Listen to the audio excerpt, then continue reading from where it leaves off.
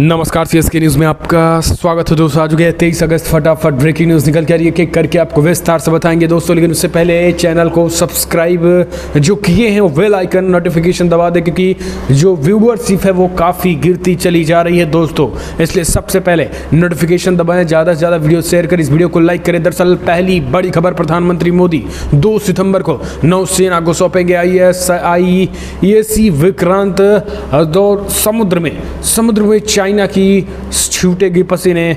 दूसरी बड़ी अपडेट, नोएडा में अवैध रूप से रहने वाले 15 चीनी नागरिक जासूस पकड़े गए हैं। चीनी जासूस पकड़े गए हैं, दिल्ली स्थित डिटेंशन सेंटर भेजे गए हैं। ये बड़ी खबर, ये भी पता लगाया जा रहा है कहीं ये जासूसी तो नहीं कर रहे थे।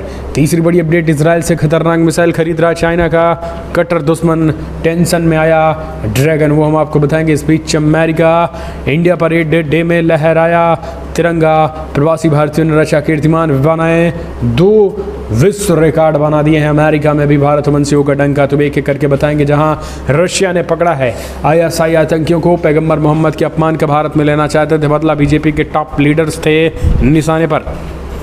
तो एक एक करके आप विस्तार से बताएंगे। लेकिन उससे पहले एक छोटा सा निवेदन, अगर आपने चैनल को सब्सक्राइब नहीं किया तो पल पल के अपडेट के लिए चैनल को सब्सक्राइब करें। आर्थिक तंगी से जूझ रहा श्रीलंका के निशाने के किसानों को भारत का तोहफा 21,000 टन से ज़्यादा उर्वरक भी भेज दिया है, तो एक एक करके बताएंगे। लेकिन उससे पहले एक छोटा सा निवेदन, अगर आपने चैनल को सब्सक्राइब नहीं किया तो पल पल के अपडेट के लिए चैनल को सब्सक्राइब करें। और अगर आप भी मानते हैं कि प्रधानमंत्री मोदी के नेतृत्व में देश पूरी तरीके से आगे बढ़ रहा और आगे बढ़ेगा, तो इस वीडियो को लाइक करके अपना समर्थन दर्ज कर दो। 2 साल पहले बड़ी अपडेट निकल के आ रही है, PM मोदी 2 सितंबर को नौसेना को सौंपेंगे IAC विक्रांत, इन खूबियों से दुश्मनों के छुड़ाएंगे छक्के। दरअसल प्रधानमंत्री नरेंद्र मोदी 2 सितंबर को देश के पहले स्वदेशी निर्मित विमान वाहक पोत IAC विक्रांत नौसेना को सौंपा जाएगा।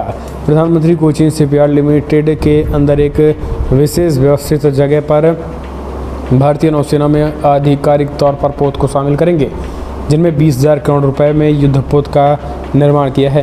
पिछले महीने समुद्री परीक्षण के चौथे और अंतिम चरण को सफलतापूर्वक पूरा करने के बाद भारतीय नौसेना ने 28 जुलाई को CLS से पोत की डिलीवरी ली थी। आधिकारिक सूत्रों ने भी इस बात की जानकारी दे दी है। तो ये एक बड़ी अपडेट निकल के आ रही है। इस बीच आपको बता दें, समुद्र में खास करके चाइना को एक बड़ा झटका लगेगा, क्योंकि IAC जो विक्रांत है दोस्तों, ये समुद्र में निगरानी ही नहीं बल्कि जासूसी भी करेगा पाकिस्तान की और समुद्र में चाइना की। अगले एक और अपडेट, नोएडा में 15,000 चीनी जासूसी गिरफ्तार, डिटेंशन सेंटर भेजे गए। पता लगाया जा रहा है कि कहीं ये जासूसी में शामिल तो नहीं थे। नोएडा पुलिस ने गौतम बुद्ध नगर में अवैध रूप से रहने वाले 15 चीनी नागरिकों को सोमवार को हिरासत में ले लिया है, और ये सभी वीजा अवधि समाप्त होने के बावजूद अवैध रूप से बिना अनुमति नोएडा में रह रहे थे। हिरासत में लिए गए नागरिकों को दिल्ली स्थित डिटेंशन सेंटर भेज दिया गया है। चीन नागरिक से जुड़े हवाला ठगी और जासूसी के मामले में सामने आने के बाद पुलिस जिले में विशेष अभियान चला रही है। इसके तहत नोएडा में अवैध रूप से रहने वाले विदेशी नागरिकों की पहचान जो है वो लगातार की जा रही है, और इसी पहचान के तहत ये बड़ी कार्यवाही जो है वो की गई है। आपको बता दें, ये जो चीनी जासूस पकड़े गए हैं 15, ये कहा जा रहा है कि जासूसी भी कर सकते हैं, और यही कारण है कि एक अलग एंगल से लगातार जांच जारी है। और अगर कुछ इसमें पता चलता है तो कहीं ना कहीं एक तरीके से बड़ी कार्रवाई भी जो है वो इस मामले में देखने को मिल सकती है। फिलहाल के लिए उनको डिटेंशन सेंटर भेज दिया गया है। अभियान के तहत पुलिस ने जिले भर में 15 विदेशी नागरिकों की हिरासत में लिया, इनमें से 1 महिला और 14 पुरुष हैं। ये सभी वीजा अवधि समाप्त होने के बावजूद नोएडा में अवैध रूप से रह रहे थे। वीजा समाप्त होने के बारे में ये लोग अपने दूतावास को जानकारी नहीं दे रहे थे।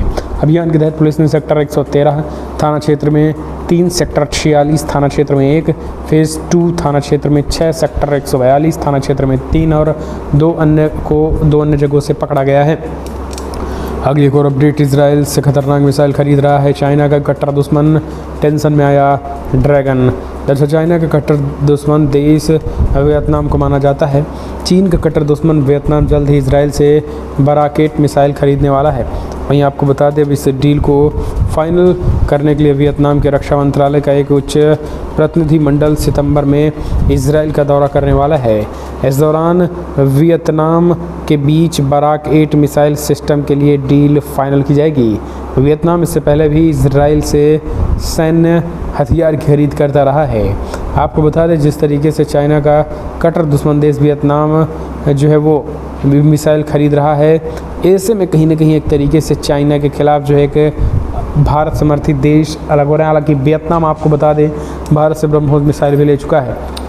अगली एक और अपडेट है अमेरिका इंडिया परेड डे में लहराया तिरंगा, प्रवासी भारतीयों ने रक्षा कीर्तिमान बनाए 2 विश्व रिकॉर्ड।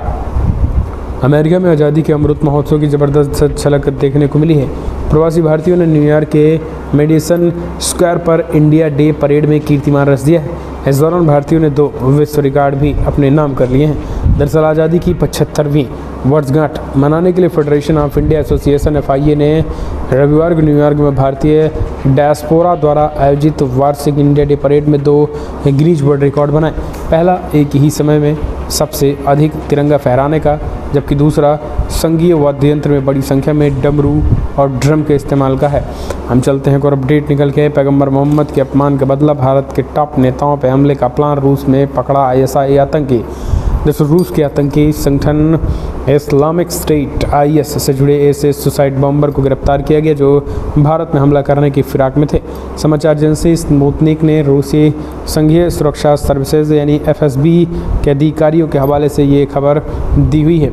इसके मुताबिक जिस हमलावर को रूसी अधिकारियों ने पकड़ा है वो भारतीय लीडरशिप के अभिजात वर्ग के खिलाफ आतंकवादी हमले की साजिश रच रहा था। अथॉरिटी की ओर से जारी बयान में कहा गया है कि हिरासत में लिया गया आतंकी मध्य एशियाई क्षेत्र के एक देश के मूल निवासी हैं। उसे भारत के सत्तारूढ़ हलकों के प्रतिनिधियों में से एक के खिलाफ खुद को उड़ाकर आतंकवादी वारदात करने की योजना बनाई गई थी। इस आतंकी को IS नेताओं से एक ने तुर्की में आत्मघाती हमलावर के रूप में भर्ती किया था। आपको बता दें इस्लामिक स्टेट और इससे जुड़े सभी शाखाओं को आतंकवादी संगठन के रूप में नोटिफाई किया गया है। साथ ही केंद्र सरकार की ओर से गैरकानूनी गतिविधि रोकथाम अधिनियम 1967 की पहली सूची में इसे शामिल किया गया है। सोशल मीडिया के जरिए गुमराह करने की भी कोशिश है। अगली एक और अपडेट निकल के आ रही, आर्थिक तंगी से जूझ रहे श्रीलंका के किसानों को भारत का तोहफा 21,000 टन के साथ उर्वरक भेजा।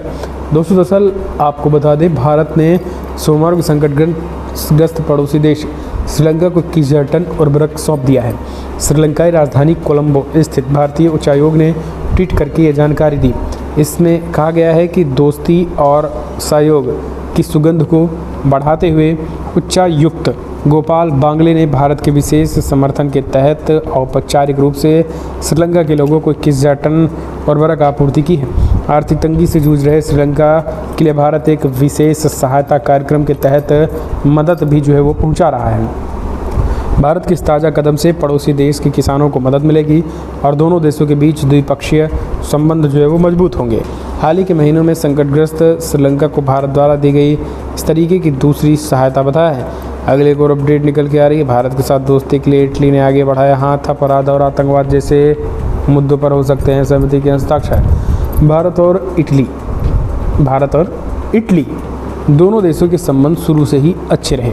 विभिन्न मंचों पर इटली ने भारत का साथ दिया और भारत ने भी इटली से दोस्ती के लिए हाथ आगे बढ़ाया। अभी हाल ही में भारत फिर इटली के साथ हाथ मिलाने जा रहा है। दोनों देशों ने विभिन्न मुद्दों पर सहमति जताई है और अब मिलकर इस मुद्दे पर तैनात चुनौतियों से लड़ा गया है। कहते हैं कि संगठन में शक्ति होती है।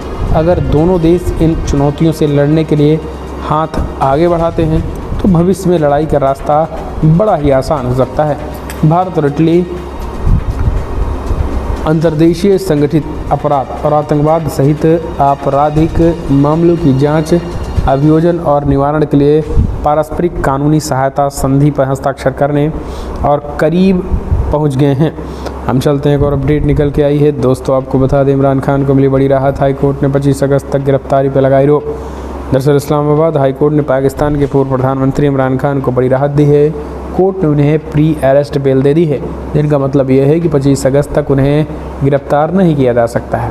आपको बता दें इमरान खान के खिलाफ एंटी टेररिज्म एक्ट के तहत मुकदमा दर्ज है और ये मुकदमा एक रैली के दौरान अतिरिक्त सत्र न्यायाधीश और पुलिस अफसरों को धमकी देने के मामले में दर्ज किया गया था। अब इसी मामले में उनके ऊपर गिरफ्तारी की तलवार लटक रही है। मामले की सुनवाई के दौरान इस्लामाबाद हाईकोर्ट ने इमरान खान को 25 अगस्त को एंटी टेररिज्म कोर्ट के सामने पेश होने का आदेश दिया है और वहीं पुलिस ने कहा है कि फ़िलहाल जब तक उन्हें गिरफ्तार नहीं किया जाए तो ये उनको राहत भी मिल गई है। हम चलते हैं, एक और अपडेट निकल के आ रही है दोस्तों। आपको बता दें, ब्रिटेन में अवैध रूप से रह रहे पाकिस्तानी नागरिक वापस भेजे जाएंगे। ब्रिटेन में अवैध रूप से रह रहे पाकिस्तानी प्रवासियों को वापस उनके वतन भेजा जाएगा। ब्रिटेन की गृह मंत्री प्रीति पटेल ने गुरुवार को पाकिस्तानियों के साथ इससे जुड़े एक समझौते भी हुए हैं। आपको बता दें, इस समझौते के बाद दोस्तों पाकिस्तान में जो है एक तरीके से मातम है। पाकिस्तानियों का बायकॉट और पाकिस्तानियों को कई देश पहले भी भगा चुके हैं, अब एक बार फिर से भगा रहे हैं। तो पाकिस्तान जैसे देश को दोस्तों दुनिया भर से जो है उनको भगाया ही जा रहा है। यानी जहां भी देखो पाकिस्तान के लोगों को भगाया ही जा रहा है। तो इस तरीके से कुछ हो चुकी है पाकिस्तानियों की हालात। हम चलते, एक और अपडेट निकल के आई है दोस्तों। आपको बता दें, जहां इमरान खान को छुआ तो इस्लामाबाद पर करेंगे कब्जा। पाकिस्तान में पूर्व पीएम पर आतंकवाद की धारा में केस दर्ज, समर्थकों ने दी धमकी। तो हमने आपको बताया कि कैसे आतंकवाद की धारा में जो है इमरान खान के खिलाफ एफआईआर दर्ज कर ली गई है। वहीं समर्थकों ने भी आर पार का ऐलान कर दिया है, कहा इमरान खान को छुआ तो इस्लामाबाद में कब्जा कर देंगे। पाकिस्तान में पूर्व प्रधानमंत्री आतंकवाद की धाराओं पर केस दर्ज होने के बाद ये बड़ा बयान दिया है। याचिका में इमरान खान ने कहा है कि उनकी निडर आलोचना भ्रष्टाचार और भ्रष्ट नेताओं के खिलाफ उठाई आवाज़ के कारण वो सत्ताधारी पार्टी के निशाने पर हैं। इसी दुर्भाग्यपूर्ण मकसद से उनके खिलाफ झूठी शिकायत को दर्ज किया गया है। अगली एक और अपडेट अब शुरू होगा। नगद और तेलंगाना पहुंचे गृह मंत्री अमित शाह, मिले आरआरआर के स्टार फैंस, बोले ये शुरुआत है, जूनियर एनटीआर होंगे अगले सीएम। साउथ के मशहूर एक्टर से एक जूनियर एनटीआर की हाल में हैदराबाद में गृह मंत्री अमित शाह से मुलाकात हुई। उनकी तस्वीरें अमित शाह ने अपने ट्विटर अकाउंट पर शेयर की है। उन्होंने बताया है कि जूनियर एनटीआर के साथ उनकी मुलाकात बहुत अच्छी थी। शाह ने ट्वीट में लिखा है कि एक बहुत ही प्रभावशाली अभिनेता और तेलुगु सिनेमा के रत्न जूनियर एनटीआर के साथ हैदराबाद में अच्छी बातचीत हुई। जूनियर एनटीआर ने इस ट्वीट की प्रतिक्रिया में अमित शाह का धन्यवाद दिया और बताया कि उनको गृह मंत्री से मिलकर बहुत अच्छा लगा है। पुनः जूनियर एनटीआर साउथ के मशहूर हीरो में से एक, उन्हें हाल ही में आरआरआर जैसे सुपरहिट फिल्में दी हैं।